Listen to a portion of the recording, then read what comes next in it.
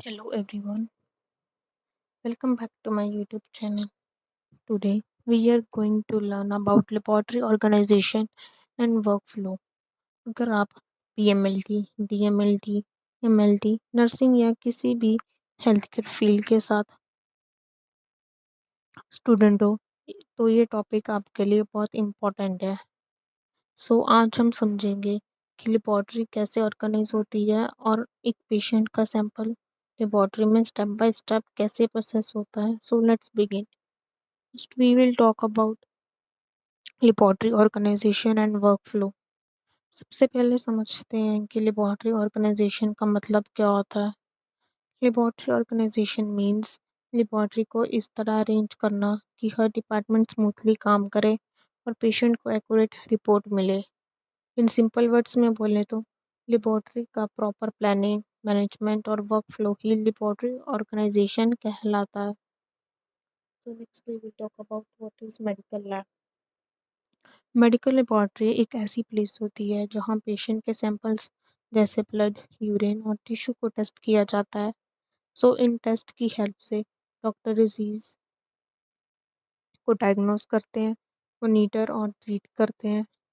Laboratory accurate reports देकर doctors को सही ट्रीटमेंट डिसाइड करने में हेल्प करती है और पब्लिक हेल्थ और रिसर्च में भी इम्पोर्टेंट रोल निभाती है। फॉर एग्जांपल कि अगर किसी पेशेंट को फीवर है, डॉक्टर ब्लड टेस्ट लिखेगा, देन ब्लड लेबोरेटरी में टेस्ट होगा और उस रिपोर्ट के बेसिस पर डॉक्टर ट्रीटमेंट स्टार्ट करेगा।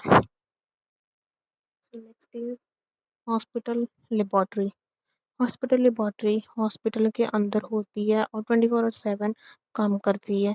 यहाँ इमरजेंसी और रूटीन दोनों टेस्ट होते हैं, जैसे CBC, sugar test, kidney function test, LFT, liver function test, blood group और इमरजेंसी इन्वेस्टिगेशंस।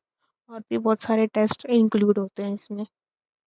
एग्जाम्पल, अगर एक्सीडेंट पेशेंट इमरजेंसी में आता है तो उसका ब्लड ग्रुप और CBC रिपोर्ट जल्दी से लेबोरेटरी ही प्रोवाइड करती है। Next we will talk about diagnostic laboratory. इन डायग्नोस्टिक लेबोरेटरी प्राइवेट लेबोरेटरी होती है, जैसे doctor Lal path labs, SRL diagnostic और थायरोकेयर। और भी बहुत सारी लैब्स होती हैं, Metropolis example, these are the examples. यहाँ पेशेंट्स डायरेक्टली टेस्ट करवाने आते हैं। ये लेबोरेटरीज रूटीन और स्पेशलाइज टेस्ट करती हैं।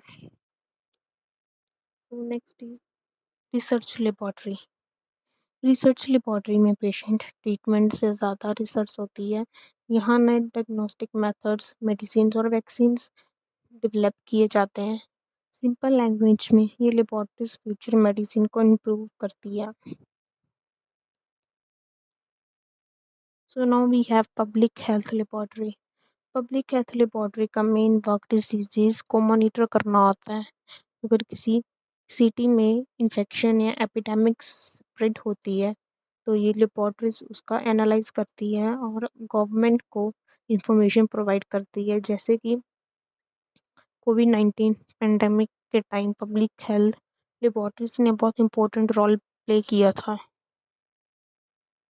Now we have types of laboratories. First we have blood bank. Blood bank एक स्पेशल लेबोरेटरी होती है। यहाँ ब्लड कलेक्ट, टेस्ट, स्टोर और पेशेंट्स को सप्लाई किया जाता है। ब्लड ट्रांसफ्यूशन से पहले ब्लड ग्रुप और क्रॉस मैचिंग की जाती है ताकि पेशेंट को सेफ ब्लड मिल सके। Now we have laboratory layout and zones. Laboratory को डिफरेंट जोन्स में डिवाइड किया जाता है, जैसे reception, sample collection area, sample processing area, testing section, report section. इससे लेबोरेटरी क्लीन रहती है, इन्फेक्शन कंट्रोल होता है और वर्क फास्ट और एक्यूरेट होता है। Laboratory workflow. अब समझते हैं लेबोरेटरी का complete workflow. First is patient registration, then we have sample collection, then sample processing, then testing, then report generation, then we have to go to doctor, then to the patient। ये एक sample की complete journey होती है। Patient registration and sample collection. सबसे पहले patient reception पर registration करवाता है। पेशेंट का नाम, एज, जेंडर और हॉस्पिटल आईडी वेरीफाई की जाती है। उसके बाद रिक्वायर्ड सैंपल कलेक्ट किया जाता है, एज ब्लड, यूरिन, स्टूल या कोई भी सैंपल और भी आपके प्रॉब्लम के नीडेड के अनुसार। सैंपल को इमीडिएटली प्रॉपरली लेबल किया जाता है ताकि किसी दूसरे पेशेंट के सैंपल के साथ मिक्सअप ना हो। तो now we have sample processing and testing. Sample laboratory में आने के बाद प्रोसेस होता है। सैंपल, जो भी ब्लड सैंपल को सेंट्रीफ्यूज किया जाता है, सीरम या प्लाज्मा सेपरेट किया जाता है। उसके बाद ऑटो एनालाइजर या माइक्रोस्कोप जैसे इंस्ट्रूमेंट से टेस्टिंग की जाती है टेस्ट के अकॉर्डिंग। एज बायोकेमिस्ट्री, हेमाटोलॉजी और माइक्रोबायोलॉजी के टेस्ट इसी स्टेज पर होते हैं। Now we have report generation.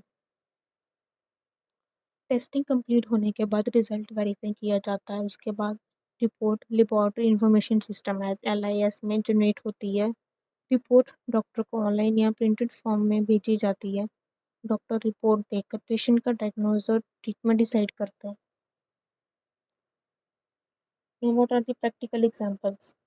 So, first we have blood sample collection to processing. Then we have after samples arrive to the lab.